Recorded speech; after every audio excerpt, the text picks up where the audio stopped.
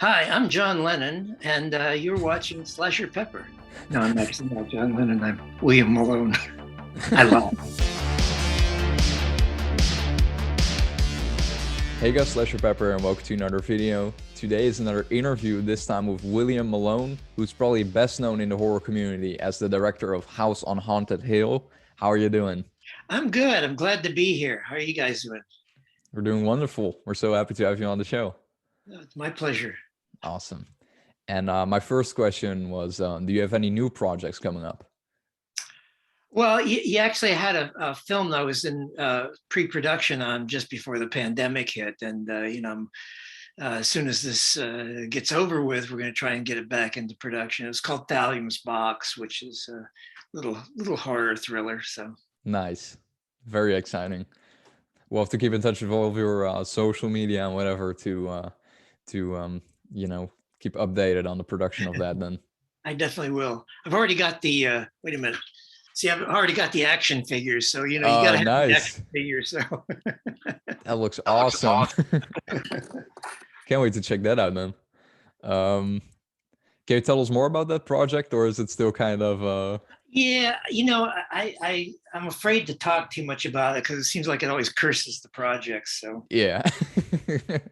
All right, moving on then. well, Or actually moving backwards a bit because I was wondering, how did you get involved with Tales from the Crypt? actually, for a long time, actually, I saw that show being made. I said, I was made to do that show, but it was a show where they at the time I didn't have a lot of credits, and they were basically hiring, really top directors at the time, and I had worked with a guy named Gil Adler on a show that was called Freddy's Nightmares, which was Oh yeah. uh, that was a really bad show, but they liked a lot of what I did. And then later, Gil became the producer on Tales from the Crypt, and I think it was like season 6. They had run through all of the good directors, so they all the famous directors anyway. So Gil said, "We got a show. You want to do it?" So I said, "Yeah, great." They sent me the script, and when I read the script, I said, "Thank you, God," because I knew exactly how to make this show. So Nice. it was like the perfect show for me. So anyway, so that show became very particular episode became very popular, and in fact they put it on the Halloween special, and because of that, Joel Silver and Bob Zemeckis and some of the other producers asked me if I wanted to do some other work for them. So that was how Oh that yeah. whole that started. Yeah, through that, did you also like get to work on House on Haunted Hill, for example? Well, yeah, what happened is I'd done a couple other. I did one more Tales from the Crypt for them, and then a show that was a spin-off called Perversions of Science, which was it was a sort of science fiction version of Tales from the Crypt. And again, they liked what I did. And then they asked me to do a pilot for a TV show, and then after that, they Bob Zemeckis called me and said they wanted to do a remake of House on Haunted Hill. And it's funny because I'd been thinking for a long time. I was thinking, ghost movies are going to come back hot and heavy, because they hadn't been done in a long time. And I said, yeah, I would love to do a remake of that. So I spent about a year and a half developing the story and getting it to where we could shoot it. So Nice. Yeah, now that you mentioned that, there were kind of, I guess, was a little comeback of ghost movies in the early 2000s, wasn't there? Like yeah, Ghost Ship. yeah, because before House on Haunted Hill, there was nothing, Yeah. and then when apparently when Spielberg found out that we were doing House on Haunted Hill, he got into production on the Haunting, a remake of The Haunting, and because they had a lot more money, they got it out before we did, which I always thought was unfortunate because I think it Yeah. had to come out first. I think it would have done much better than it did. It was very successful, mind you, but I think it could have been even more successful. Awesome. Yeah, it always comes down to money, I guess, even in pre-production. Yeah, you can't battle that. Yeah. And then what was it like filming House on Haunted Hill? Well, it was a very difficult movie to make for a lot of reasons. There was uh, first of all, when you're making your first uh, big time feature, I mean, feature for a major studio, there's a lot of pressures involved, because the budgets are higher, and then even the promotion, usually they'll promote the movie with a lot more money than the movie cost to make. Yeah. There was a lot of pressure to be successful on that, and also, what I started out to make became very different than what I ultimately did make, because originally they had told me they wanted it to be a straight horror film, basically a ghost movie. So, all the development was I was going to make a really scary, dark movie. And about 2 weeks before shooting, I started getting pages from the writers of Friends, the TV show. And I went, what are we making here? So it became very clear to me that what they really wanted was Abbott Costello meet Frankenstein, where it's got funny stuff in it, and then the monsters are scary. So that's what I tried to do, But it was made it very stressful trying to like suddenly switch gears and Oh yeah, I bet. yeah. Yeah. So Did you kind of wish, well, back then and now, do you kind of still wish it was less comedic? I mean, look, it turned out fine. It's really hard for me to say, at this point in hindsight. I don't know, but I'll give you some ideas. I mean, originally, when I was thinking of the movie, and my cast for like Pritchett was John Hurt, which is very different than Chris Kattan, Yeah. So that'll give you an idea of, the direction that the film was going to go. I always wanted Jeffrey Rush, by the way. That was like my first choice. So that was great. And yeah. So really hard to say what would have happened. So, Right. For sure. Well, I but I think think it turned out really good. because of that experience, I think it's probably why Fear.com is so dark. Is because Oh after yeah. I said, all right, now I'm going to make something dark. I think I made the darkest movie ever made. I do feel like House on Haunted Hill kind of perfectly balances the horror and comedy, where it's not over the top. Well, it is over the top comedy, but there's not too much of the over the top comedy. Well, hopefully not. I mean, I was trying to come up with a balance that made sense, and that would, Right. because I didn't want to undercut the horror. I wanted to still be scary. I wanted the scary stuff to be Oh scary. yeah. So that was the thing. And also, um, I wanted to pay homage to William Castle, because I think the original movie, I think, was a very good movie, and it had a lot of great things in it. And the first draft of the script, which I was less involved in, the writer, he kind of went off on his own tangent, and he kind of threw out everything from House on Haunted Hill, from the William Castle movie, and the studio didn't want to make it. And in fact, the film came very close to not getting made. And I got together with him. I said, let's sit down and watch the movie and write down everything we love about it. Let's put that in the movie, and then we'll put the stuff that we are less enthusiastic about, and see if we can change that.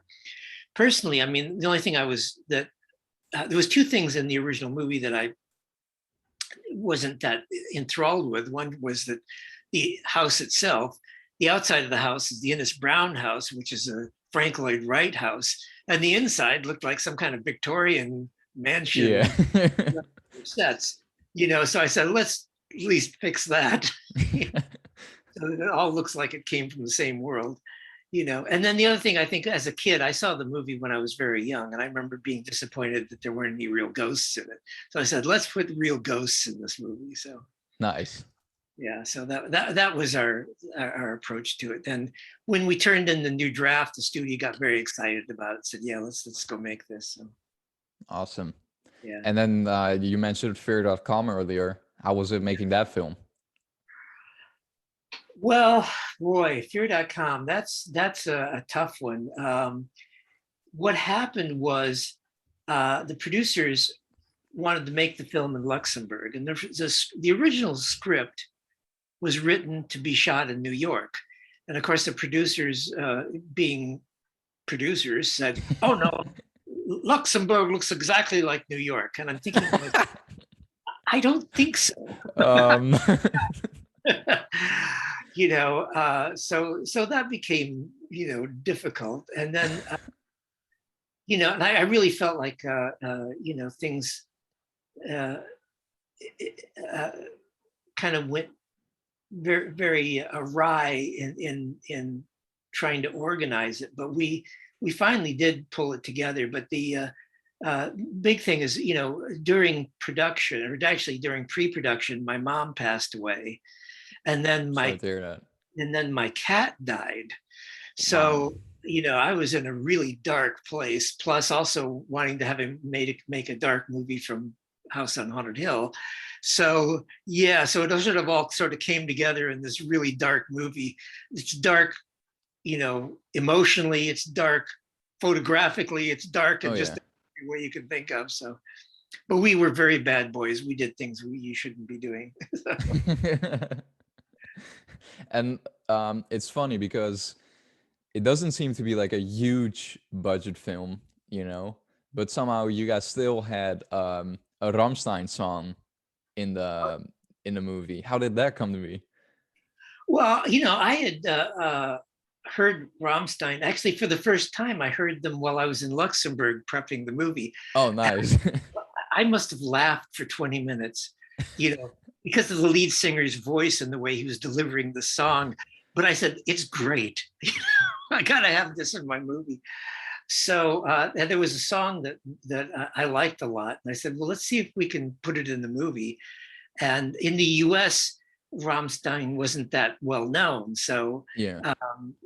I think they said okay, mainly because we were probably going to promote them in a major way in the U.S. Right. So we actually didn't have any problem getting the song, and I thought it fit the movie perfectly. So Oh, for sure. It's yeah. funny because next year, hopefully, if COVID doesn't stop it, I'll be seeing them live. So Oh, sweet. well, once Sona starts playing, I'll definitely think of Fear.com in our interview. um, and then, what are some of your own favorite horror movies?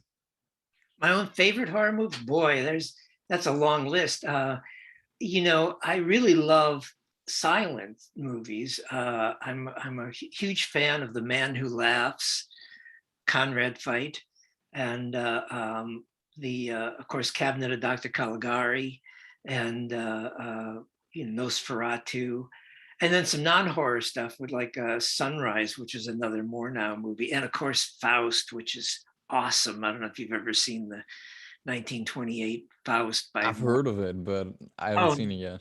you have to watch it. It's just great. And yeah. And then of course, moving up the ladder, of course, is like, Frankenstein, 1931. I still think, people say Bride of Frankenstein's a better movie. It's not. Frankenstein is a much better movie because it doesn't have any soundtrack. There's no music to it, and it makes it feel like a documentary. It's got this weird sort of documentary feel, which makes it even creepier.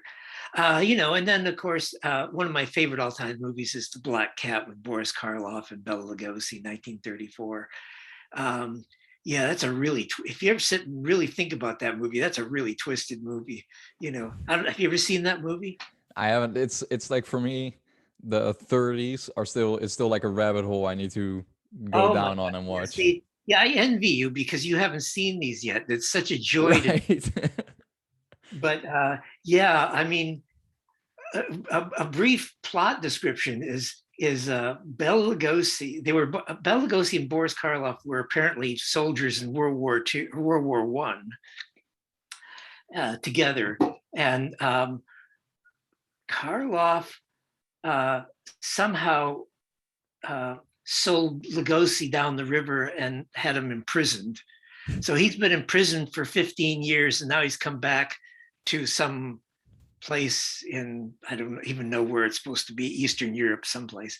And he's coming back to confront Karloff. In the meantime, Karloff is now a famous architect, and he's built this like Art Deco, actually Bauhaus building on top of the mountain, and the mountain is where they buried all the dead.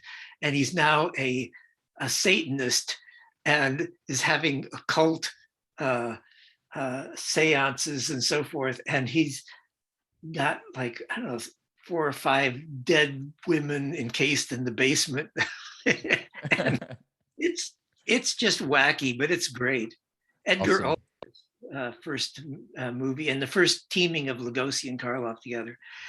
Any more modern, Creature from the Black Lagoon, of course, is like one of the best monster movies ever. And then more recently, Alien, of Oh course. yeah. Alien is a masterpiece. Ridley Scott's masterwork.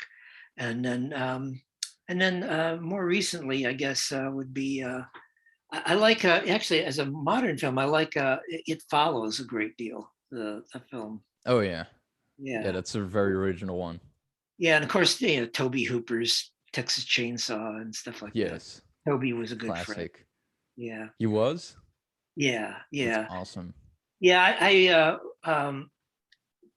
a number of years ago, Mick Garris and I got together, and we sort of formed Masters of Horror, and he organized it. Really, it was just my idea, but he organized it, and that became a dinner group. Actually, what it was, we all just would get together and have dinner, and then Mick came up with the idea of turning it into a TV series. But in any case, because of the dinners, I became very close friends with like Tobe Hooper and Wes Craven and Stuart Gordon and Larry Cohen and all those guys. So awesome. Yeah, so sadly, many of them are gone. Yeah. Yeah, very sadly. Yeah, now to move on to like some philosophical questions. Okay. If you ruled the world, what would it look like? And how would it function? Well, there'd be less people to start. My mantra at the moment is solve the problem, not the symptoms, which is all this pollution and global problems. Is we've got to think about population, pulling it down. Yeah. But in any case, no, I don't know. I mean, first of all, I think we should just get rid of politicians, all of them. Just find something else to do. Yes. Not bugging us. No, I don't know. I would probably be as bad at running the world as anybody else. Right. Do you listen to Motorhead at all? What's that? Do you listen to Motorhead at all? Not too much. I mean, musically, I mean, the stuff I like. I'm a child of the Beatle era. Oh so, yeah, for sure. So I was prime bait when they came out. Like I was like 17 years old, and that was. I can't express to you, if you're in the music, the era between, I would say, 1963 and 1966 was magical, just in so many ways. It just had this magic feel, and it was like there was so much hope and optimism and everything. And the Beatles came out when a time when, put it in perspective, you were listening to Frankie Avalon and the Net and all of that, and surf music and stuff like that. That's what was on the radio. And John F. Kennedy had been assassinated. So the country was really in sad shape.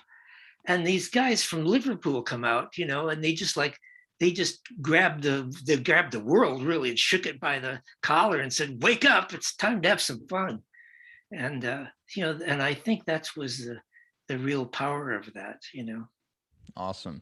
Yeah. Yeah, one of recently I've been getting kind of into Pink Floyd. That's a bit later than 1966, but still also a very good band, I think.